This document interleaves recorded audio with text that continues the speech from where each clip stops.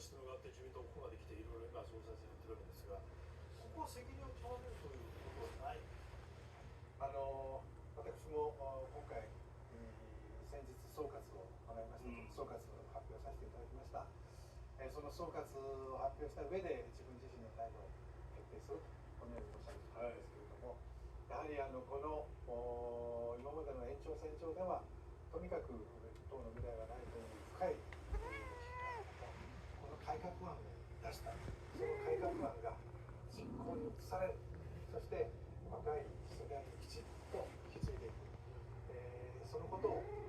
今私来年の党大会1年ほど任期がありますけれども、その間にしっかりやっていくことが本当の意味の責任の取り方だと、このように認識をしまして、党代表を続けていくことを決意しました。つまり1年やると、つまりじゃあ1年後の任期の時に身を引くということを考えてらっしゃるというか、その時に身を引くかどうかはそれは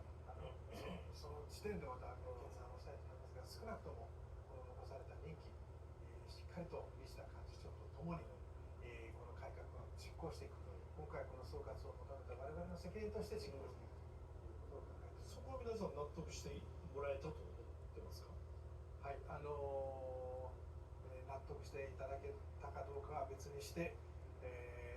そのことを私自らの行動姿として、頑張って、納得していただけるように努力していきたいと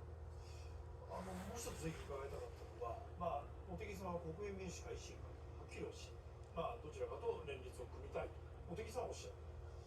さて斉藤さん、本音ではどっちがいいですか？組としては。ちょっと玉木さんの前ですけど、先ほども申し上げましたように、やはり理念、